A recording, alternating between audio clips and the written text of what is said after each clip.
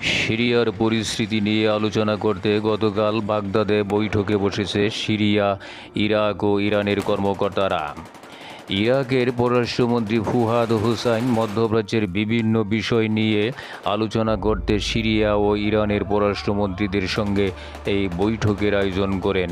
তিন দেশের পররাষ্ট্রমন্ত্রীরা ইরাকে এমন এক সময় বৈঠকে বসলেন যখন মধ্যপ্রাচ্য সিরিয়া নিয়ে নতুন করে উত্তেজনা তৈরি হয়েছে। দেশটির দুটি গুরুত্বপূর্ণ শহর দখল করেছে বিদ্রোহীরা। গত সপ্তাহে সিরিয়ার উত্তর সিটি আলেপ্পো দখল করে তারা। গতকাল হামা দখল করে।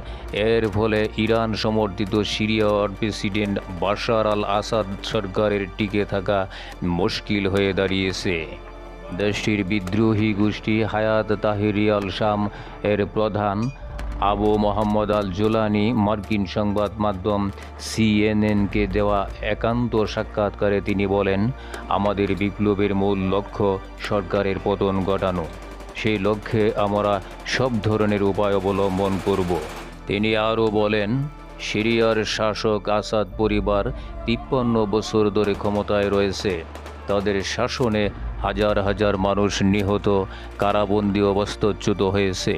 জোলানি বলেন, আমরা শুধু আসাদ সরকারের বিরুদ্ধে লড়াই করেছি না, আমরা সিরিয়া গঠনের নতুন একটি বৃহত্তর প্রকল্পে অংশ নিচ্ছি।